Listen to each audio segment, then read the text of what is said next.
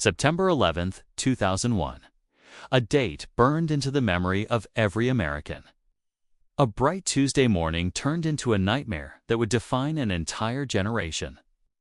At 8:46 a.m., American Airlines Flight 11 crashed into the North Tower of the World Trade Center in New York City. Minutes later, United Airlines Flight 175 slammed into the South Tower. Two more hijacked planes targeted the Pentagon and the fields of Pennsylvania. Nearly 3,000 innocent lives were lost in a single day. For the United States, this was more than an attack. It was a declaration of war won, not from a nation, but from a shadowy terrorist network known as Al-Qaeda, led by a man the world would soon come to know, Osama bin Laden. President George W. Bush would stand before Congress days later, promising a new kind of war, not against a country, but against terror itself.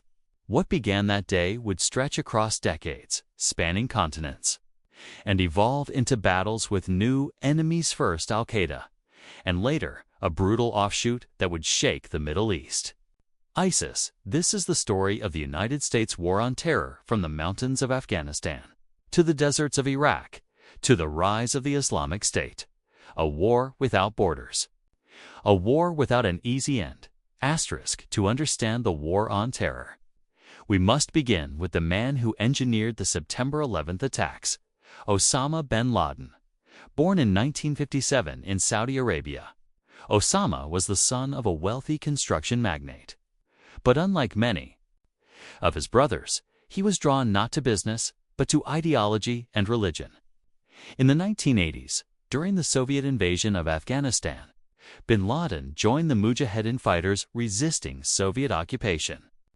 With his fortune and influence, he recruited men, built training camps, and supplied weapons. The conflict against the Soviets forged bin Laden's worldview, a belief that Muslim lands were under siege by foreign powers, and that only jihad, holy war, could drive them out.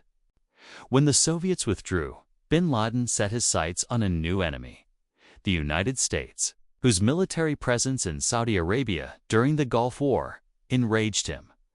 By the late 1990s, bin Laden had established Al-Qaeda, a global terrorist organization, with one mission: strike America.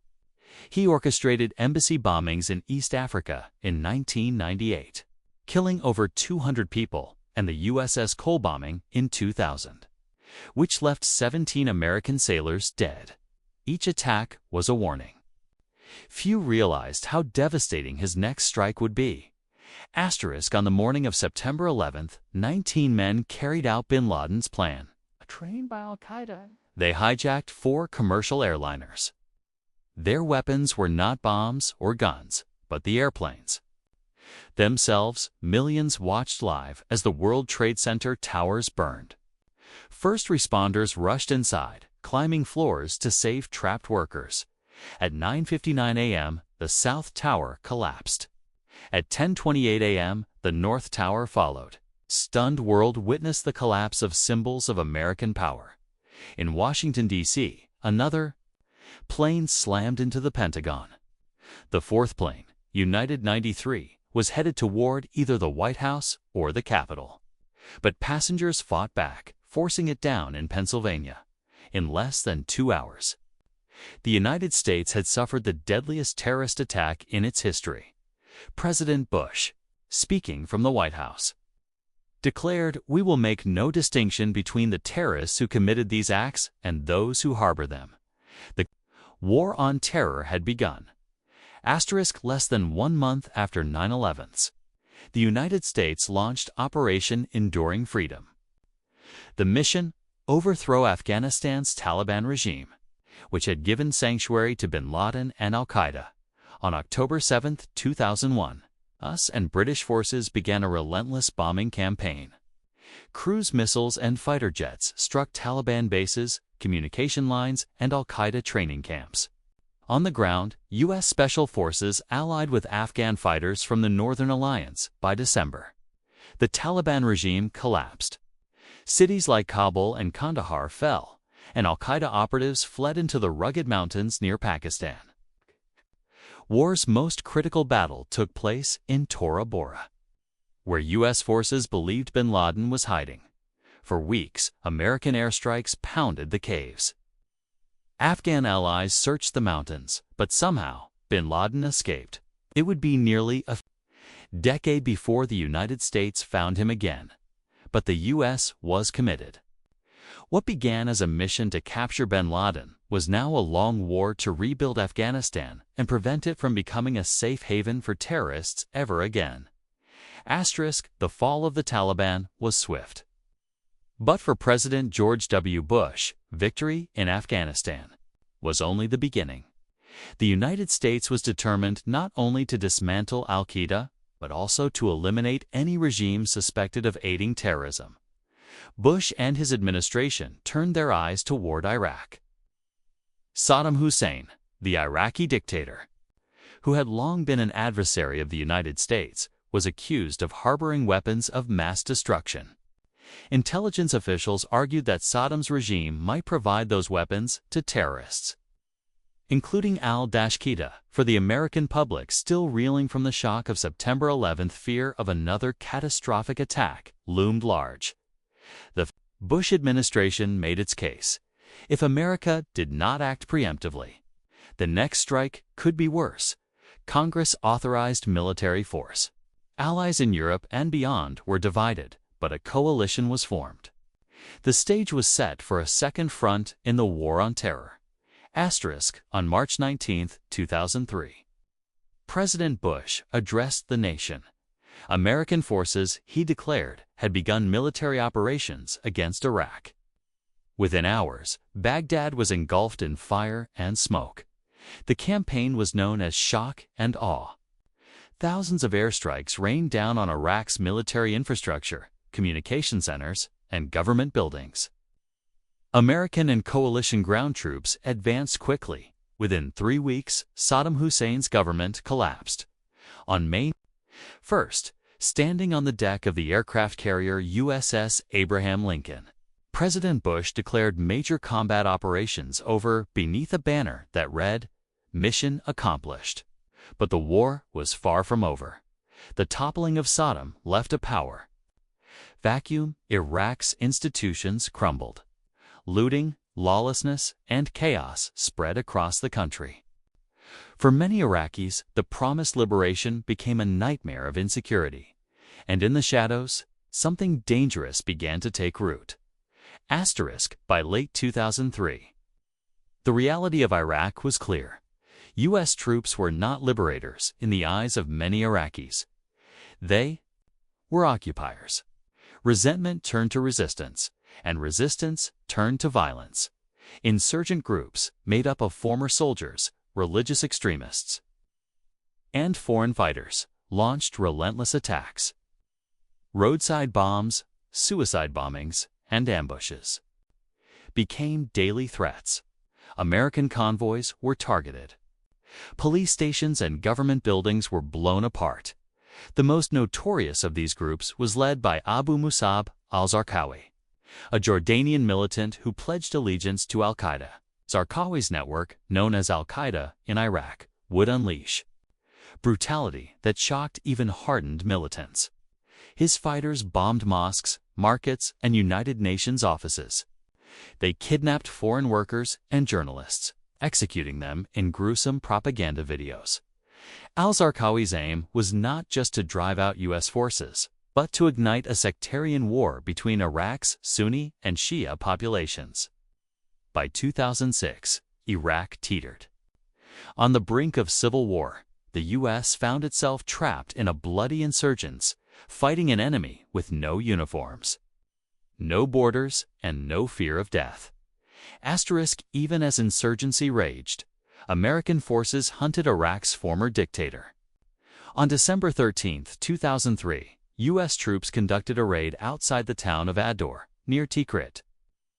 In a narrow underground bunker, they found Saddam Hussein, bearded and disheveled. Armed with a pistol but offering no resistance, news of his capture spread quickly. For many Iraqis, it was a moment of relief. For the United States, it was a symbolic victory.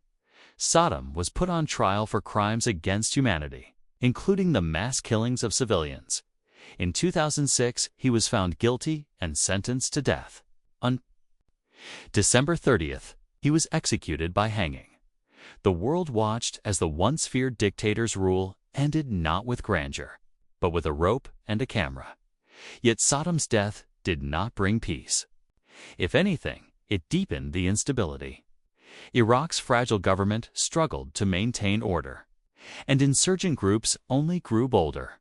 The seeds of something darker were being sown, something that would outlive both Saddam and al-Qaeda's original leaders. By 2006, Iraq was spiraling out of control. Sectarian violence had reached horrifying levels. Bombings killed thousands each month. Militias controlled entire neighborhoods.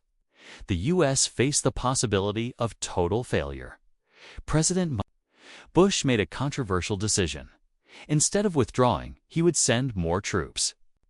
This strategy, known as the Surge, deployed an additional 30,000 American soldiers to Iraq. The goal was to stabilize the country, protect civilians, and break the cycle of violence. U.S. forces worked with Sunni tribal leaders in what became known as the Anbar Awakening alliances with local fighters who had once battled Americans but now turned against al-Qaeda. By 2008, the surge showed results. Violence dropped dramatically. Al-Qaeda in Iraq was weakened. For the first time in years, hope returned that Iraq might stabilize, but beneath the surface, resentment simmered. Extremist ideology had not been defeated. It was merely waiting for the right moment to rise again. In January 2009, Barack Obama was sworn in as the 44th President of the United States. He inherited two wars, Afghanistan and Iraq, that had already cost the U.S. thousands of lives and trillions of dollars. Obama's message was clear. It was time to end America's forever wars. He pledged to bring U.S. troops home from Iraq and refocus on Afghanistan. The war many believed had been abandoned in the pursuit of Iraq by 2011. The last U.S. combat brigades withdrew from Iraq. The war, Obama declared, was over. American troops would remain only in limited advisory roles. But Iraq's future was uncertain. Its government, led by Prime Minister Nouri al-Maliki, struggled with corruption and deep sectarian divisions. Without the stabilizing presence of U.S. forces, old tensions began to resurface, while America shifted its focus. Enemies of the past had not been defeated. They were only regrouping. Even as the U.S. drew down in Iraq, the shadow of September 11th lingered. For nearly a decade, Osama bin Laden had eluded capture.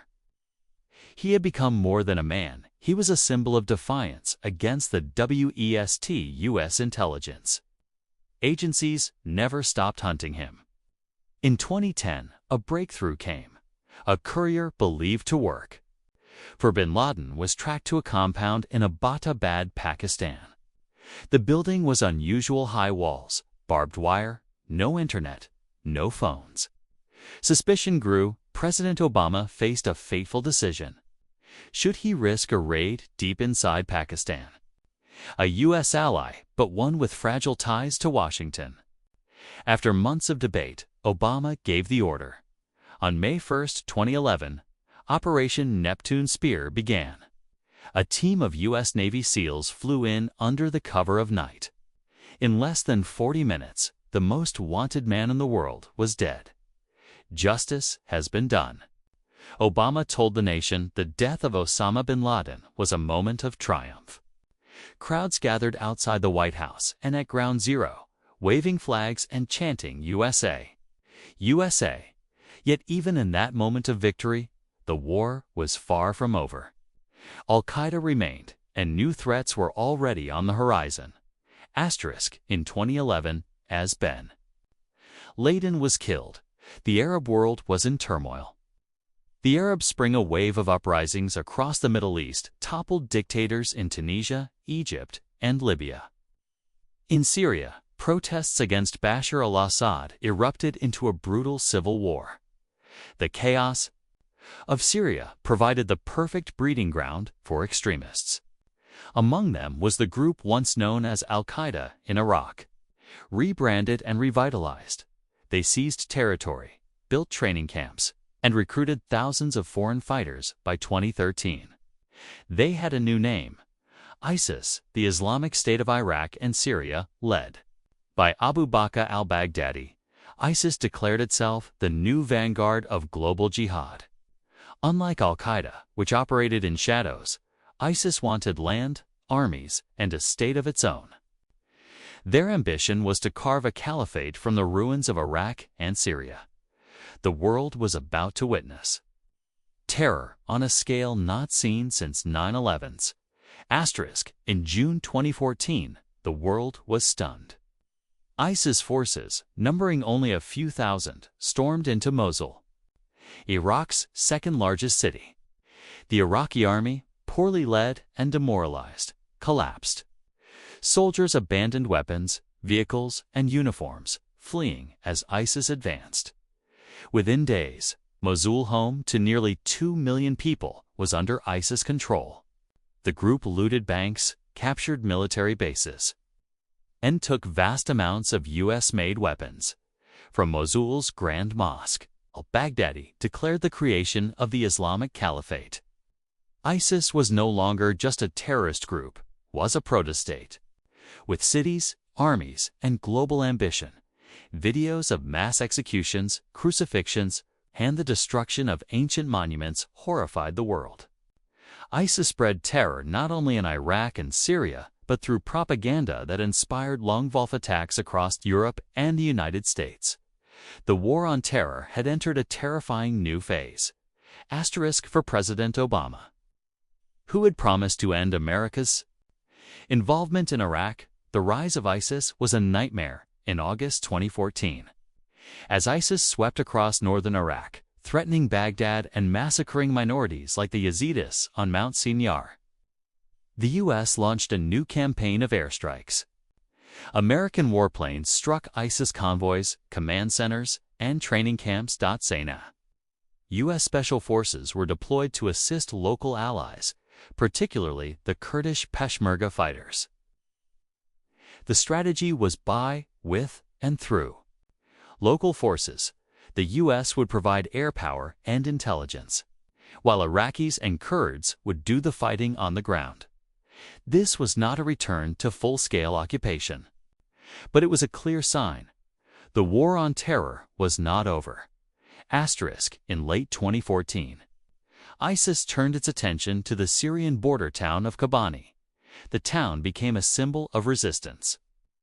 Kurdish fighters, outnumbered and outgunned, fought desperately against waves of ISIS assaults.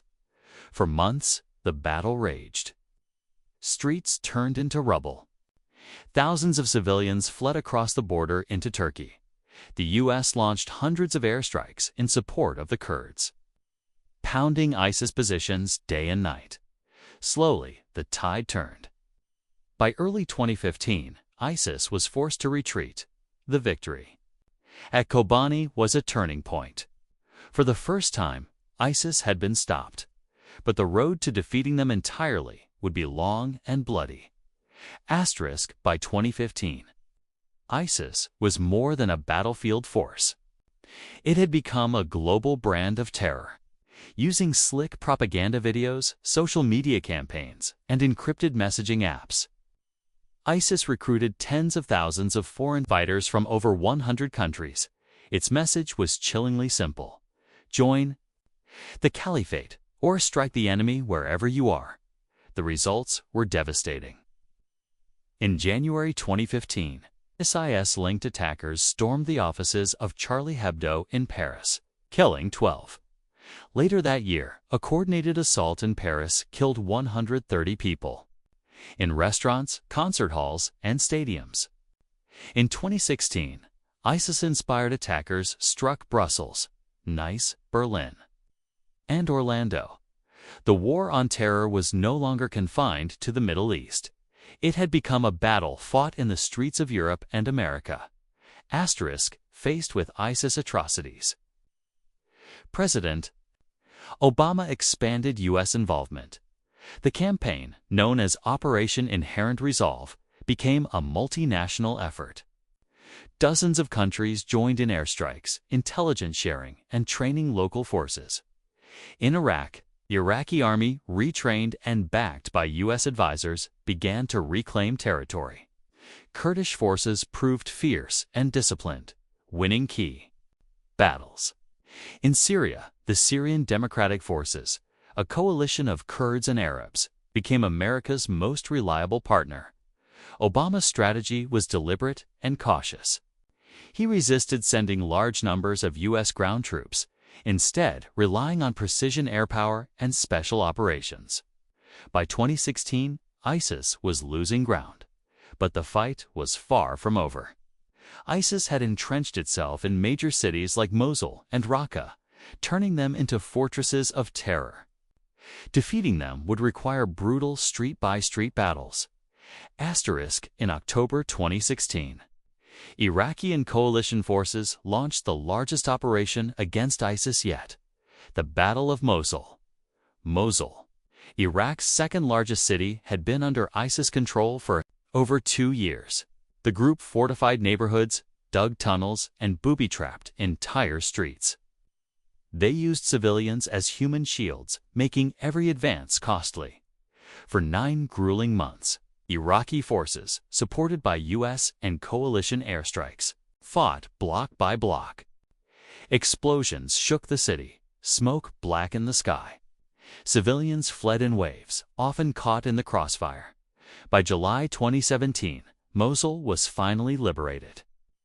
Prime Minister Haider al-Abadi stood in the city and declared victory, but the cost was staggering thousands of civilians killed, entire neighborhoods reduced to rubble. Mosul had fallen. But the war was not yet won. While Mosul fell in Iraq, the focus shifted to Syria. Raqqa, the de facto capital of ISIS, became the next target in June 2017. The Syrian Democratic Forces, backed by U.S. firepower, encircled the city. The battle was fierce. ISIS fighters clung to every building, setting traps and launching suicide attacks. By October, Raqqa was in ruins. ISIS was defeated, its black flags torn down. U.S.-backed fighters declared the city free. The so-called caliphate, once spanning territory the size of Britain, was collapsing. In January 2017, Donald Trump became president. He promised to finish the fight against ISIS quickly and aggressively. He loosened rules of engagement for the military, allowing more strikes with fewer restrictions. By 2019, ISIS's last stronghold in Syria, Baghouz, fell. Thousands of militants surrendered or were killed. The caliphate was gone, but one man remained: Abu Bakr al-Baghdadi, the ISIS leader who declared the caliphate from Mosul in 2014. On October 26, 2019, U.S. Special Forces launched a daring nighttime raid in northwestern Syria. Helicopters thundered across the sky. Troops stormed al-Baghdadi's hideout. Cornered, the ISIS leader detonated a suicide vest, killing himself and his children. President Trump announced the news in dramatic fashion. He died like a dog. He died like a coward. The world's most feared terrorist was dead. The fall of Mosul, Raqqa, and the death of al-Baghdadi marked the end of ISIS as a territorial state. But it did not mean the end of ISIS. Survivors melted into deserts, mountains, and underground cells. They carried out guerrilla attacks in Iraq and Syria, ambushing soldiers and bombing convoys. Beyond the Middle East, ISIS-inspired groups took root in Africa, Afghanistan, and Southeast Asia. In Nigeria, militants declared allegiance to ISIS. In Afghanistan, a faction known as ISIS-K rose to prominence, targeting both Afghan civilians and U.S. troops. The caliphate was gone, but the ideology lived on. The capture of Saddam Hussein in December. 2003 was supposed to mark the beginning of stability in Iraq. U.S. officials celebrated the operation that pulled the dictator from a spider hole near Tikrit, parading the footage of a disheveled Saddam, as proof that the war had achieved its mission. Yet, instead of ushering in peace, his fall opened the gates to chaos. The power vacuum with the Ba'ath Party dismantled and Iraq's military disbanded by U.S. occupation authorities. Hundreds of thousands of armed men found themselves unemployed and angry.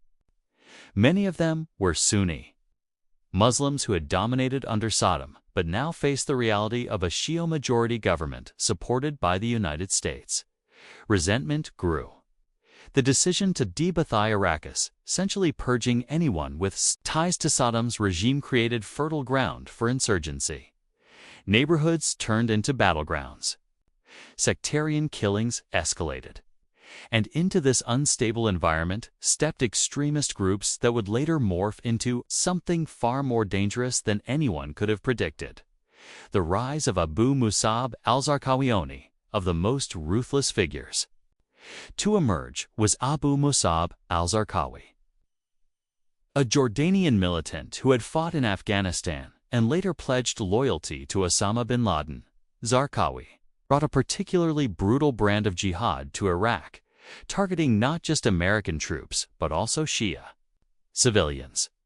His group, Al-Qaeda in Iraq-QA, became notorious for its use of suicide bombings, executions, and propaganda videos. Zarqawi's aim wasn't only to push out U.S. forces, but also to ignite a sectarian war between Sunni and Shia Muslims. He believed this would destabilize Iraq to the point where a Sunni caliphate could be established. The battle for Fallujah, the city of Fallujah, became a symbol of resistance. In April 2004, after the killing and mutilation of 4 American contractors, whose burned bodies were hung from a bridge, U.S. forces launched a full-scale assault. What followed was one of the bloodiest urban battles since Vietnam. Street by street, house by house, Marines fought insurgents in close quarters.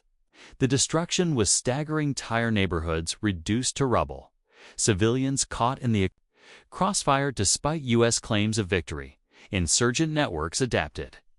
Fallujah would flare up again later that year, proving that Iraq was sinking deeper into a protracted war. The spread of insurgency by 2005. The insurgency had spread far beyond Fallujah. Bombings targeted not only soldiers, but also markets, mosques, and government offices. Kidnappings became a common tactic, with foreign journalists, aid workers, and contractors executed in gruesome fashion. The violence wasn't random, it was strategic. By undermining the Iraqi government and demonstrating that the U.S. couldn't provide security, insurgents hoped to delegitimize the new order. Iraq on the brink of civil war, as Shia militias responded to Sunni attacks with their own campaigns of violence. Iraq slipped toward all-out civil war. Neighborhoods in Baghdad became segregated along sectarian lines. Militias controlled checkpoints. Death squads roamed at night. The country was breaking apart. The U.S., already stretched thin, with operations in Afghanistan, faced a new dilemma. Iraq had become the central front of the war on terror. Yet instead of crushing terrorism, the invasion seemed to have unleashed it.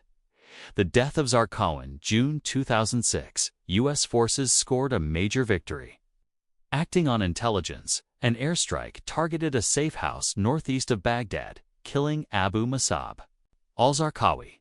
His death was hailed as a turning point, proof that the insurgency could be defeated. But the reality was sobering. Though Zarqawi was gone, his organization lived on. Al-Qaeda in Iraq adapted, eventually rebranding itself under new leadership. The seeds had already been planted for what would one day become ISIS. By 2006. Iraq seemed to be spinning out of control. Daily bombings, sectarian killings, and attacks on U.S. forces dominated headlines. President George W. Bush faced mounting criticism at home, with growing calls to bring troops back. Yet instead of withdrawing, Bush announced a controversial Strategy: the surge. The surge strategy in January 2007. Bush ordered an additional 30,000 U.S. troops into Iraq. The idea was to flood volatile areas with enough force to secure neighborhoods, protect civilians, and build trust with local communities. At the same time, U.S. commanders sought to partner with Sunni tribal leaders who had grown disillusioned. With al-Qaeda in Iraq's brutality, this approach, known as the Anbar Awakening, proved decisive. Sunni tribes began turning against the extremists, providing intelligence and manpower to drive out AQI fighters. For the first time in years, violence levels began to drop. Rebuilding efforts with security improving, U.S. forces tried to win hearts and minds. Reconstruction projects focused on electricity, water, and schools. Political reconciliation efforts were encouraged between Sunni, Shia, and Kurdish factions. For a brief moment, optimism flickered. By 2008, bombings and killings had decreased dramatically compared to the peak of the insurgency. American officials pointed to the surge as evidence that perseverance could work. The costs of war, but the progress came at a staggering cost. Thousands of American soldiers had been killed or wounded. Tens of thousands of Iraqis had died. Millions had been displaced. The war had consumed enormous financial resources, straining the U.S. economy. Moreover, the underlying sectarian tensions were never truly resolved. Many Iraqis viewed the surge as a temporary patch rather than a lasting solution. The withdrawal debate: when Barack Obama was elected president in 2008, he campaigned on ending the war in Iraq. By 2011, under the terms of an agreement signed by the Bush administration, U.S. combat forces withdrew from the country. For many Americans, it marked the end of a long, costly chapter. But for Iraq, it was only the beginning of another descent into chaos. With the U.S. gone, political corruption, sectarian rivalries, and weak governance left Iraq vulnerable. And in the shadows, the remnants of al-Qaeda in Iraq were regrouping, waiting for their moment to strike. The fall of Saddam Hussein in April 2003 marked a turning point in the Middle East. The U.S.-led invasion had toppled a dictator, but it also unleashed chaos across Iraq. The official justification for the war, Saddam's alleged possession of weapons of mass destruction, was never proven. As months turned into years, the absence of these weapons eroded global trust in Washington's motives. For many Iraqis, the war was not liberation, but occupation. The dismantling of the Iraqi army and the ruling Ba'ath Party left hundreds of thousands of armed men without jobs, influence, or purpose. Many joined resistance groups, while others drifted into the orbit of Islamist militancy. Streets once bustling with commerce became battlegrounds of ambushes, bombings, and insurgent attacks. Baghdad, once vibrant, descended into fear and bloodshed. In this chaos, a new figure rose: Abu Musab al-Zarqawi, a Jordanian militant who had pledged allegiance to Osama bin Laden. His group, first known as Khoid wal-Jihad and later as al-Qaeda in Iraq, became infamous for its brutal tactics. Zarqawi pioneered the use of suicide bombings against civilians and recorded gruesome executions for propaganda. His campaign of terror struck both coalition forces and Iraqi civilians, deepening divisions across the country. Sectarian violence exploded between Sunni and Shia communities. Zarqawi deliberately stoked these divisions, attacking Shia mosques and pilgrimages to provoke civil war. His goal was to make Iraq ungovernable and force Sunnis to rally under his extremist banner. The bombing of the Al-Askari Mosque in Samarra in 2006 ignited waves of sectarian bloodshed, plunging the country into near civil war. Meanwhile, American troops found themselves locked in a grinding conflict. Roadside bombs, known as improvised explosive devices, IEDs, became the insurgents' deadliest weapon. Convoys were shredded, soldiers killed or maimed. The U.S. military adapted, deploying heavily armored vehicles. But the insurgency continued to evolve. By 2006, the war in Iraq had become a central theater of the global war on terror. Yet for many, it was also a symbol of America's overreach. The promise of democracy seemed distant, buried under rubble, militias, and blood. But in this chaos, the foundations of a far more dangerous enemy were being laid, an enemy that would one day call itself the Islamic State. The September 11th attacks had set America on a collision course, not just with al-Qaeda, but with the idea of terror states. While the Taliban's Afghanistan was the first battleground, Washington quickly turned its gaze elsewhere. At the top of the list, Iraq. The Bush administration argued that Saddam Hussein's regime was not only brutal, but also potentially tied to terrorism. Officials claimed Iraq was developing weapons of mass destruction, nuclear, chemical, and biological arms that could one day end up in the hands of groups like al-Qaeda. President George W. Bush, speaking to Congress and the American people, framed Iraq as part of an axis of evil alongside North Korea and Iran. Intelligence reports, some later proven deeply flawed, suggested Iraq had ongoing weapons programs and stockpiles hidden from international inspectors. The fear wasn't just Saddam himself.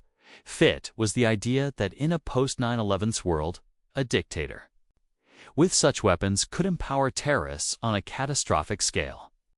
The White House was determined not to wait for another attack, but to act preemptively. In March 2003, after weeks of failed diplomacy at the United Nations, the U.S. and a coalition of allies launched Operation Iraqi Freedom. The campaign began with a shock-and-awe bombing campaign, raining precision strikes on Baghdad in an attempt to cripple Saddam's command structure and break the will of his forces. On the ground, U.S. and British forces advanced rapidly, moving through southern Iraq and toward the capital. Unlike the grinding war many had feared, the conventional phase of the conflict was swift. Within 3 weeks, Saddam's regime collapsed. On April 9, 2003, television cameras captured the symbolic toppling of Saddam's statue in Baghdad's Firdo Square, a moment many saw as the end of an era. But victory came with questions. No stockpiles of weapons of mass destruction were found. The justifications that had propelled the U.S. into war began to unravel, sparking debates worldwide about intelligence failures and whether the war had been built on false premises. Still, in the spring of 2003, the Bush administration declared mission accomplished. What followed, however, was far from over. Iraq was unstable, its institutions dismantled, and its society fractured along sectarian lines. The U.S. soon found itself not as a liberator alone, but as an occupying force, and a new insurgency was just around the corner.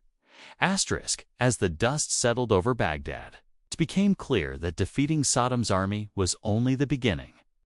The real challenge was controlling the country itself.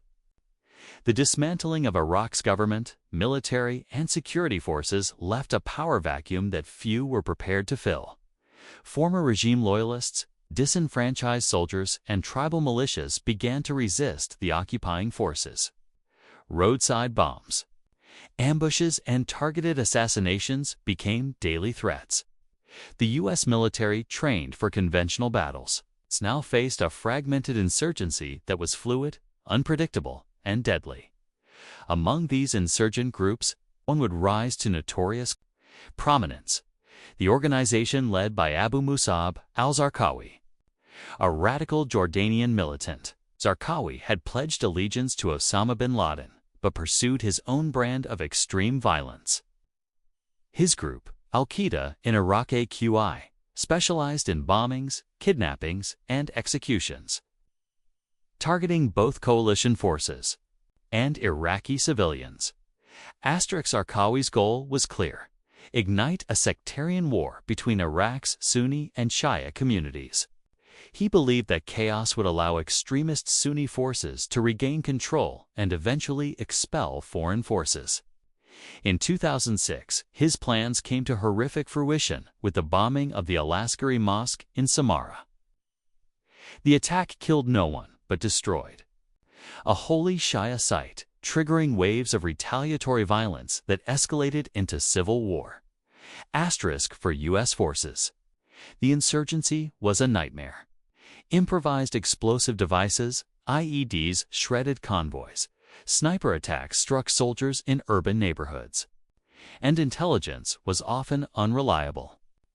Every operation required careful planning, yet the insurgents adapted quickly, disappearing into the population and striking again. The media coverage of violence, including gruesome attacks broadcast worldwide, further fueled the perception of Iraq as an ungovernable mess. American public opinion began to sour. Questions mounted. How long would the U.S. stay? What was the ultimate goal? And what would the world look like when foreign troops finally left? Asterisk, meanwhile, the broader network of Al-Qaeda watched and learned. Iraq had become a proving ground for new tactics: suicide bombings, sectarian targeting, and online propaganda. The lessons from Iraq would not remain confined to its borders. They would travel, evolve, and eventually form the foundation for a new and more ambitious threat: ISIS, the Islamic State of Iraq and Syria. Asterisk, by 2007. Iraq was teetering on the edge of chaos. Sectarian violence had surged, with neighborhoods divided between Sunni and Shia factions, and the death toll rising daily. U.S. commanders realized that conventional military tactics alone would not succeed. The solution came in the form of the surge, a dramatic increase in American troops aimed at restoring security and giving Iraqis a chance to rebuild their institutions. President George W. Bush announced a surge in January 2007. 20,000 additional troops were deployed to Baghdad and Anbar province, where violence was worst. The strategy combined heavy military presence with counterinsurgency tactics, protecting civilians, forging alliances with local tribal leaders, and isolating extremists. Asterisk, during this period, a key figure of the insurgency was eliminated. Abu Musab al-Zarqawi, the ruthless leader of al-Qaeda in Iraq, was killed in a U.S. airstrike in June 2006. His death was a symbolic victory. But the insurgency continued.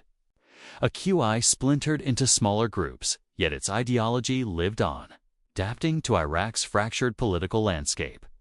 The surge did achieve some measure of stability. Violence decreased in many areas. Tribal militias shifted allegiances, and U.S. forces were able to implement reconstruction projects. Yet Iraq remained deeply divided. Political reconciliation between Shia, Sunni, and Kurdish factions was slow and often superficial. Asterisk, across the globe, Osama bin Laden remained the figurehead of al-Qaeda. Despite months of intelligence operations, he evaded capture for nearly a decade. After 9/11, his messages continued to inspire followers, emphasizing global jihad and anti-Western sentiment. But the United States was relentless. On May 2, 2011, in a covert Navy SEAL operation in Abbottabad, Pakistan, bin Laden was killed, marking a historic blow to al-Qaeda's leadership. Asterisk, while al-Qaeda suffered setbacks, a new and more ambitious threat was emerging from Iraq's chaos, the same environment that allowed Zarqawi to operate sectarian strife. Weak governance and disenfranchised Sunni populations would become the breeding ground for ISIS.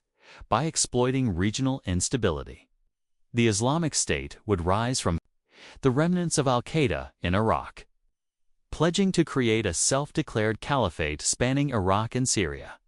The U.S. had removed two terror leaders, Saddam Hussein and Osama bin Laden, but the struggle against extremist violence was far from over. A new chapter was unfolding, one that would test America and the world in ways few could have predicted. Asterisk, the Arab Spring of 2011 sent shockwaves through the Middle East. Dictators fell. Protests erupted, and civil wars broke out. Among the nations engulfed in conflict, Syria became a magnet for extremist groups.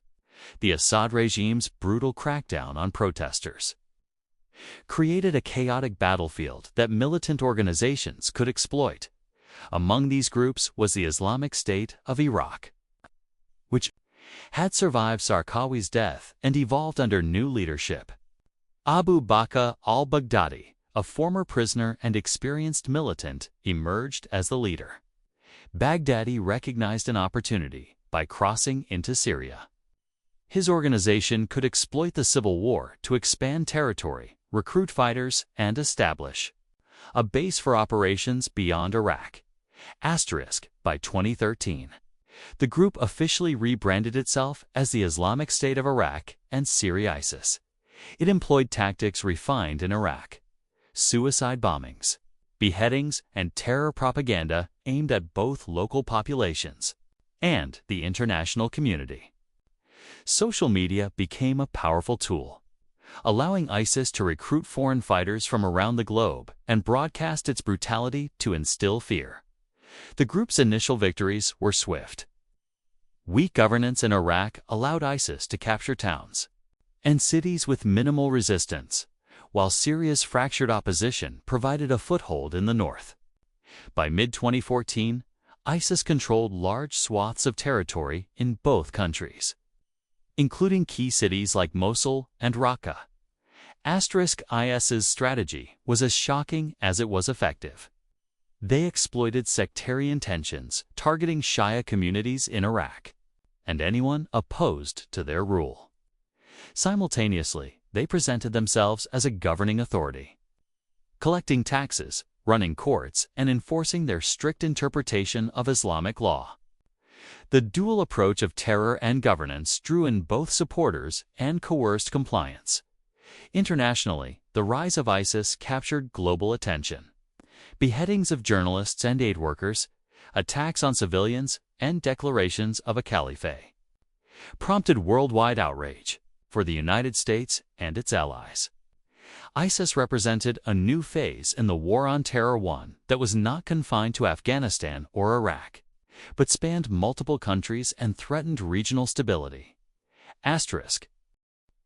By the summer of 2014, the world witnessed the full emergence of ISIS. The group had transformed from a regional insurgency into a formidable, transnational terror organization. The U.S. faced a renewed challenge: how to counter a militant network that had mastered propaganda, controlled territory, and operated across borders, all while maintaining influence in the very regions the United States had previously sought to stabilize. By 2014, ISIS had grown from a regional insurgency into a global threat. Its rapid capture of Mosul, Iraq's second-largest city, sent shockwaves through the international community. The U.S., still grappling with the aftermath of Iraq's instability and the lessons of the surge, faced a new challenge: stopping a highly organized, well-funded, and media-savvy terrorist organization that controlled territory and terrorized populations. President Barack Obama authorized Operation Inherent Resolve, a U.S.-led coalition campaign to degrade and ultimately defeat ISIS. The strategy was multi-pronged: airstrikes against ISIS positions, intelligence operations to track leadership, special operations raids, and support for local forces on the ground, including the Iraqi army and Kurdish Peshmerga fighters.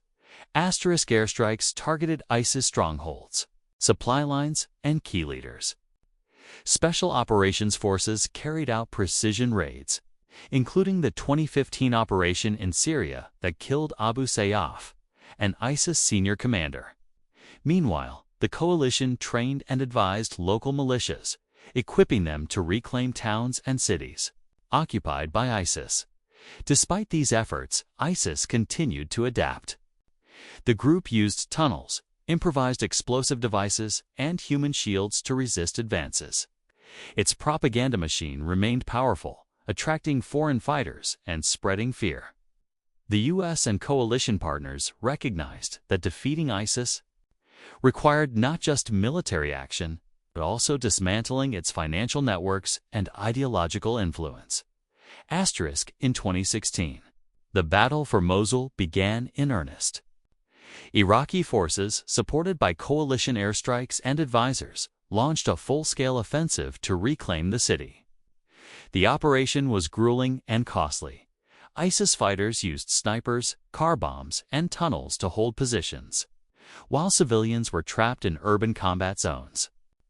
Over 9 months, Mosul was gradually liberated, marking a turning point in the campaign against ISIS. Simultaneously, in Syria, Kurdish-led forces, supported by coalition airstrikes, captured Raqqa, the de facto capital of ISIS. By 2017, ISIS had lost nearly all of its territorial holdings, signaling the collapse of its so-called caliphate. However, while the group no longer controlled cities, it remained a threat as an insurgency, carrying out terror attacks across Iraq, Syria, and beyond.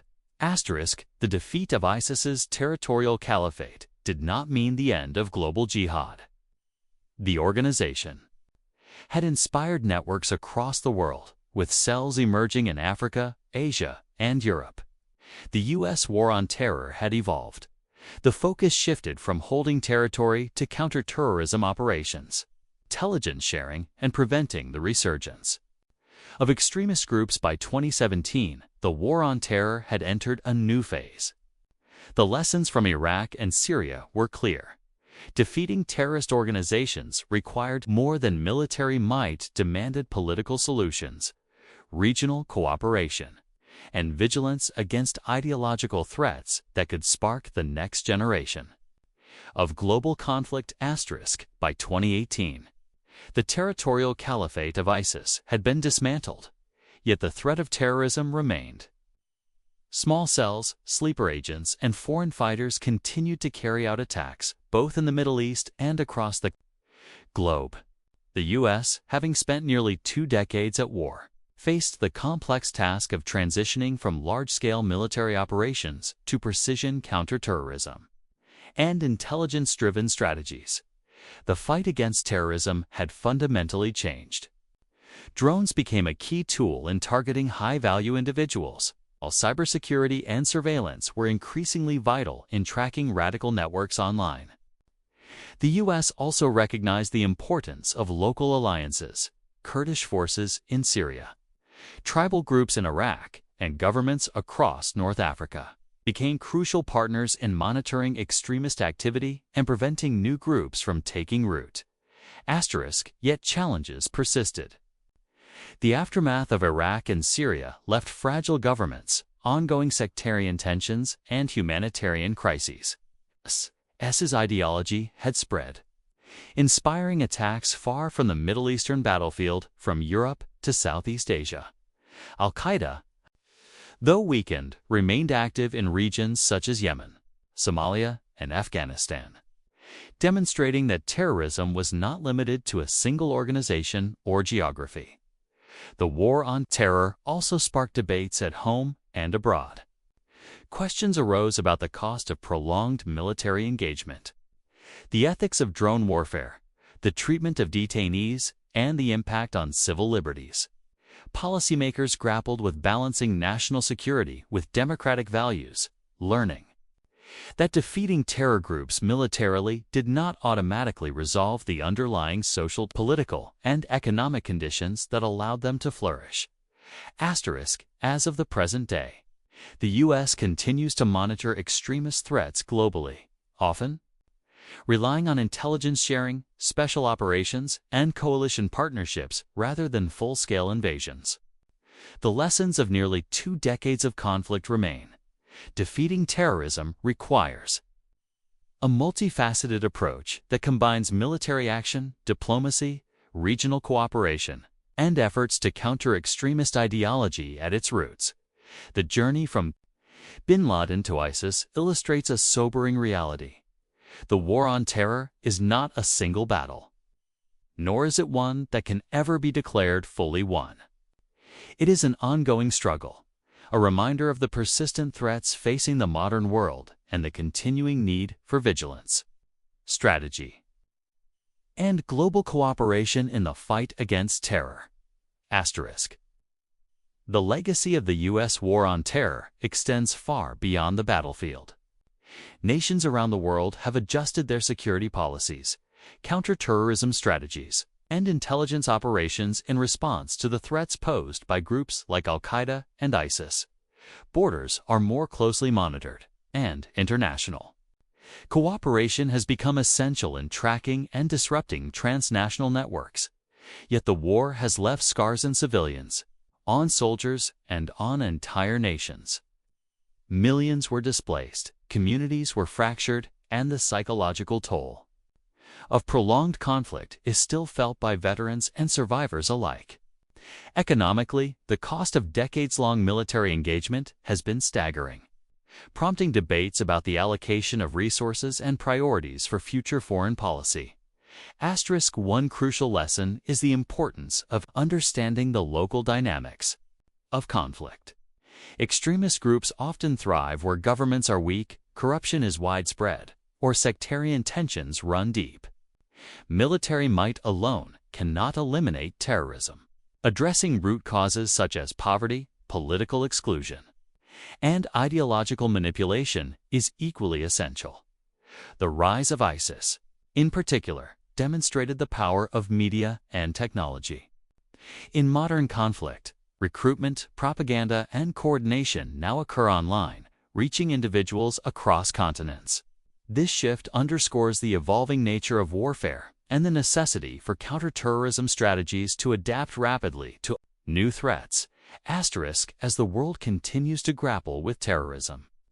The U.S. war on terror stands as both a cautionary tale and a guide.